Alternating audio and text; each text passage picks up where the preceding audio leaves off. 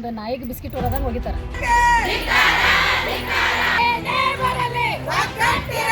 ಅಂಗನವಾಡಿ ಕಾರ್ಯಕರ್ತರ ವೇತನ ಹೆಚ್ಚಳ, ಕಾರ್ಮಿಕರಾಗಿ ಗುರುತಿಸಬೇಕು ಎಂಬ ಹಲವಾರು ಬೇಡಿಕೆಗಳನ್ನು ಈಡೇರಿಸುವಂತೆ ಬಾಗಲಕೋಟೆ ಜಿಲ್ಲೆಯ ಅಂಗನವಾಡಿ ಕಾರ್ಯಕರ್ತರು ಇಂದು ಬಾಗಲಕೋಟೆ ನಗರದಲ್ಲಿ ಪ್ರತಿಭಟನೆ ಮಾಡಿದರು.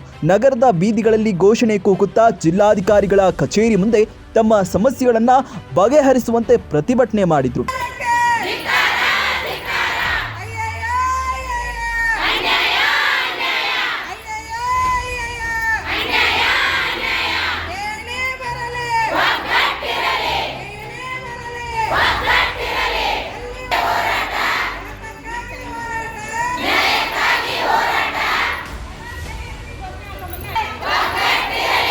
ಪ್ರತಿಭಟನಾ ಸ್ಥಳಕ್ಕೆ ಆಗಮಿಸುತ್ತಾ ಅಪರ ಜಿಲ್ಲಾಧಿಕಾರಿ ಪರಶುರಾಮ್ ಶಿನ್ನಾಳ್ಕರ್ ಅಂಗನವಾಡಿ ಕಾರ್ಯಕರ್ತರ ಮನವಿಯನ್ನ ಸ್ವೀಕರಿಸಿದರು. ಇದೇ ಸಂದರ್ಭದಲ್ಲಿ ಮಾತನಾಡಿದ ಅಂಗನವಾಡಿ ಕಾರ್ಯಕರ್ತೆ ತಮ್ಮ ನೋವನ್ನ ಹೇಳಿಕೊಂಡಿದ್ದು ಹೀಗೆ.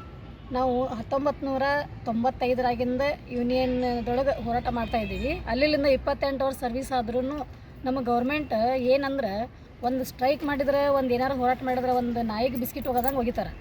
ಒಂದು 500 ಕೊಟ್ಟನು, 1000 ಕೊಟ್ಟನು, ಒಂದು 200 ಕೊಟ್ಟನು, ಒಂದು 300 ಕೊಟ್ಟನು ಅಂತೇಳಿ ನಮ್ಮನ್ನು ಏನೂ ಬೇಡ ಒಂದು ಕಾರ್ಮಿಕರನ್ನಾಗ್ಯಾರ ಒಂದು ಪರಿಗಣಿಸ್ರಿ ಅಂತೇಳಿ. ಕಾರ್ಮಿಕರನ್ನಾಗಿ ಆಗ್ಲಿಕ್ಕಂದ್ರೆ ಗೌರವಧನ ಕಾರ್ಯಕರ್ತ ಅಂತ ಎಷ್ಟು ದಿವಸ ಅಂತ ನಾವು ಕೆಲಸ ಮಾಡೋದು. ನಮ್ಮ ಜೊತೆ ಜಾಯ್ನ್ ಆದವ್ರು ಬೇರೆ ಬೇರೆ ಡಿಪಾರ್ಟ್ಮೆಂಟ್ ಒಳಗೆ ಇವತ್ತು ಮೇಲಿನ ದರ್ಜೆ ಒಳಗದಾರ ಅವರು.